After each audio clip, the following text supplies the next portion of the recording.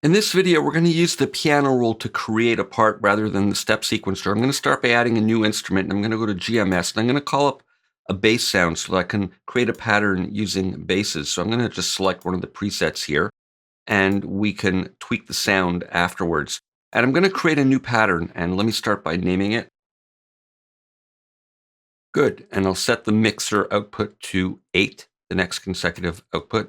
And then I'll right-click here and open the piano roll. Now we're going to focus on the top part. And again, we can dock it or resize it as we want. So we have scroll bars over there, and we can zoom like that. And we can also scroll, of course, with the mouse wheel. Now we have a series of tools over here. I'm going to focus for now on the main draw tool. And the idea here is that we click to create a note, and we can drag the ends to stretch the note, and we can right-click to delete, and you can drag right-click to delete a series of notes on the same pitch. So let's find, by clicking on here, what note I want to start with. Maybe I'll start with that C. I'm going to go back to the beginning, and I'm going to just click with that tool, and you'll see it creates a note, and I can drag it to lengthen it or shorten it, and it snaps to the grid. And what I can do is hold down Alt to override that grid and have it snap or move freely. So again, moves based on the grid, or with Alt down, moves freely. Let me right-click and delete it, and I'll start again. And I'm going to create a short note to start with. I'm going to use Alt to shorten it and make it a little bit less than a 16th note long. So let me draw in some more notes, create a little pattern, and then I'll show you a couple of other little key modifiers that will affect the way things are here. So let's move this over. I'm going to snap to the grid for now. I'll put a longer note here, and let's just listen to what that sounds like. Good. Well, let's put another short one here. We'll make a little 2-bar pattern. I'm going to shorten that and put it there, maybe a bit longer, like that. And we'll start with some longer notes here. Maybe a nice short note over here now. I'm just using 2 pitches to create a simple pattern. Let's listen to that so far.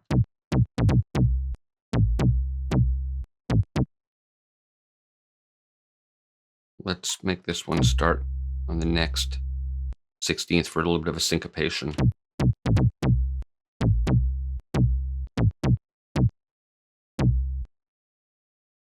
Maybe a bit earlier like that.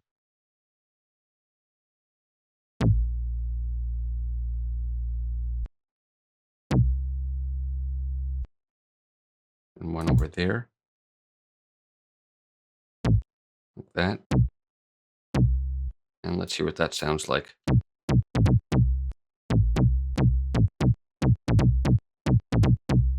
Nice, I'll make that one a bit longer. So let me show you a couple of other little shortcuts. So we can click and move right away like that.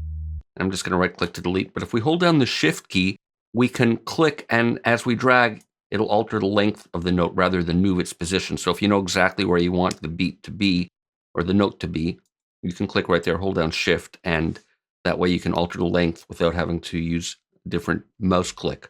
Now we can make selections by control clicking and dragging in the background, and then we control click again and it'll remove the selection. Now another thing we can do is use the select tool, which is this, and we don't need to hold any modifier, we can just click like that.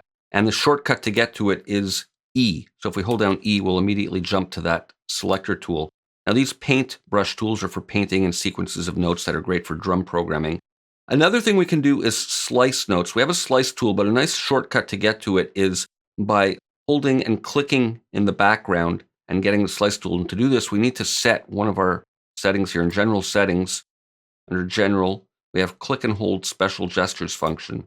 So with that enabled, I can click and hold in the background with a right click like that, and it switches to the split or slice tool, and I can click there and splice the note like that. Let me hit Control Z to undo. So again, right click in the background and you get that splice tool, and you can drag it vertically to slice as many notes as you want if you have chords playing. Again, I'm going to undo like that. Now another thing we can do is zoom, and we can use the zoom tool for that. And it's over here, and the shortcut for that is Z. So I can just zoom in like that and then click in the background to step back and forth between the different zoom levels. Go back to the regular draw tool like that. Now, let me show you how this play button works. When we left click, it acts as a play and pause button. So it pauses there. When I click it again, it'll continue from the same place. Now, when it's stopped, I can right click and it'll snap back to the beginning of the piano roll. But if we position it manually somewhere, like for example there, and I hit play, I've just left clicked again to stop it. If I right click, it's going to snap back to that position we started from. And the same thing happens if I do that while it's playing. I'm going to right click now and it snaps back there. Now, if I right click again, it goes back to the beginning of the piano roll. And one final thing I want to show you is we can right click and drag in the ruler to create a little looped area, and it selects what's in there and it'll loop that over and over when we play back. So that's good if you want to work on a few notes in a certain small section of what you're working on, and I'll right click again to get rid of that. So those are the piano roll basics. Let me close this up. We can listen to our pattern now, and as we do this, we can now tweak some of the parameters in here and get the sound happening the way we want.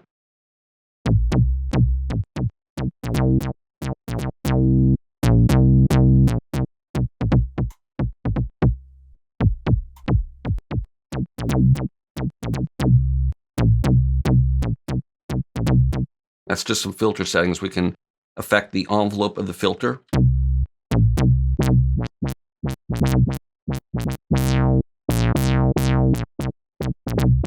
Now, these are obviously specific to each individual instrument, just giving you a little taste of some of the sound manipulation that's possible. I'm going to end off here, and we'll continue with more in the next video.